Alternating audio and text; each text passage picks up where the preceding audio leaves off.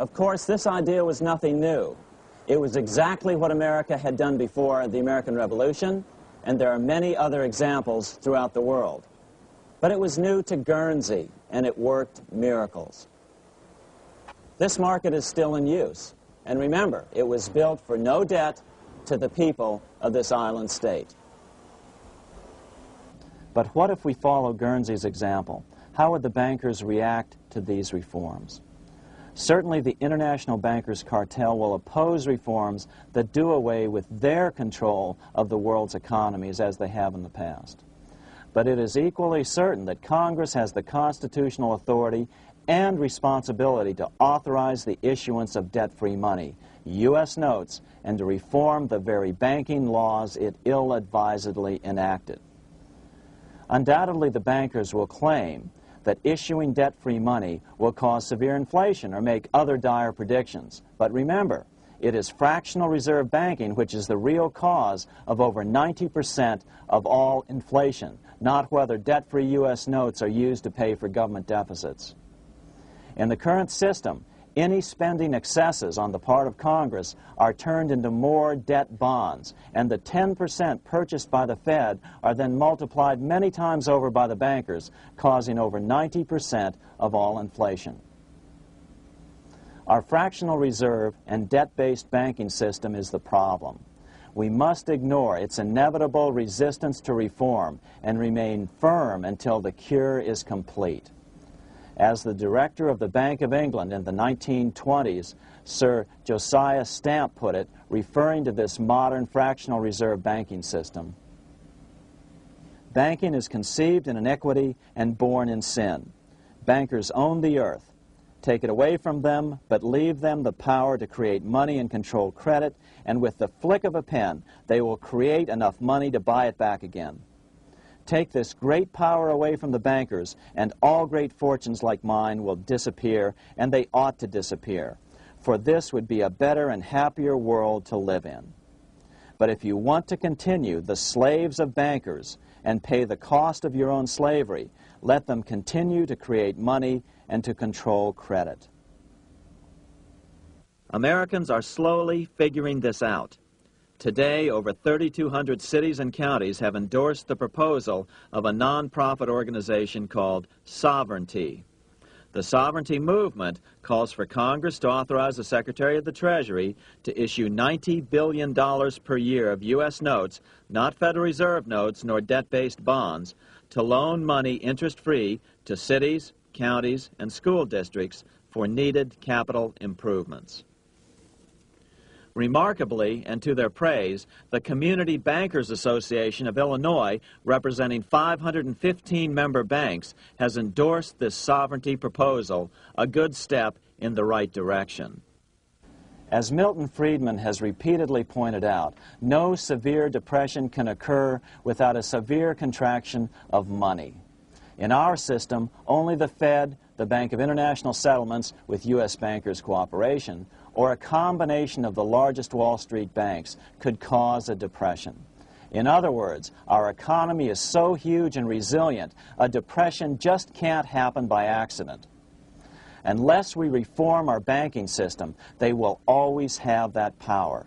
They can pull the plug on our economy anytime they choose. The only solution is to abolish the Fed and the fractional reserve banking system and withdraw from the BIS. Only that will break the power of the international bankers over our economy. And keep in mind, a stock market crash itself cannot cause a severe depression. Only the severe contraction of our money supply can cause a severe depression.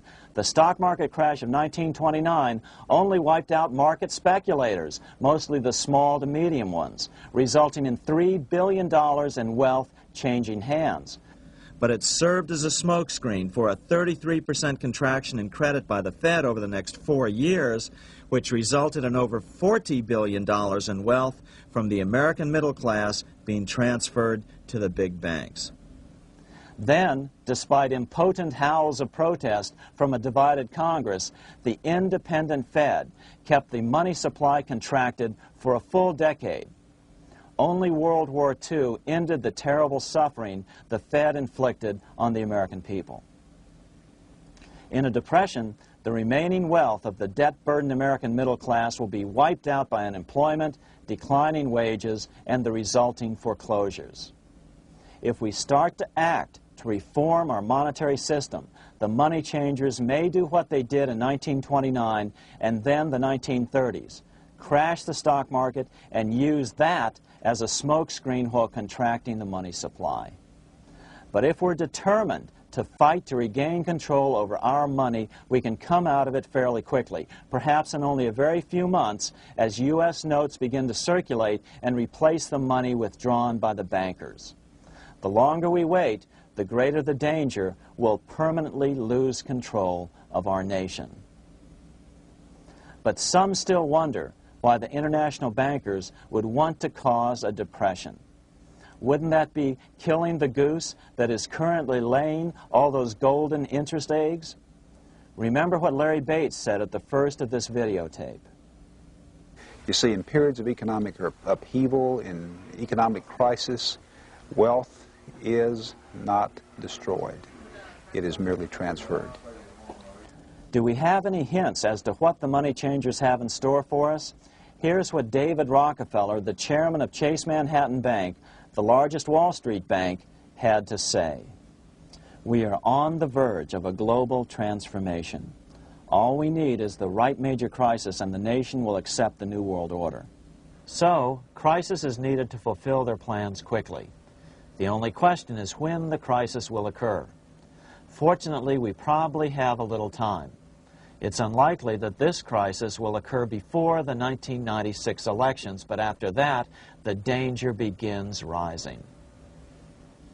But whether or not they decide to cause a crash or a depression through relentless increases in taxes and the loss of hundreds of thousands of jobs being sent overseas thanks to trade agreements such as GATT and NAFTA, the American middle class is an endangered species. Cheaper labor, including slave labor in Red China, which Harry Wu has heroically documented, is being used to compete with American labor. In other words, money is being consolidated in fewer and fewer hands as never before in the history of this nation or the world. Without reform, the American middle class will soon be extinct, leaving only the very rich few and the very many poor, as has already occurred in most of the world.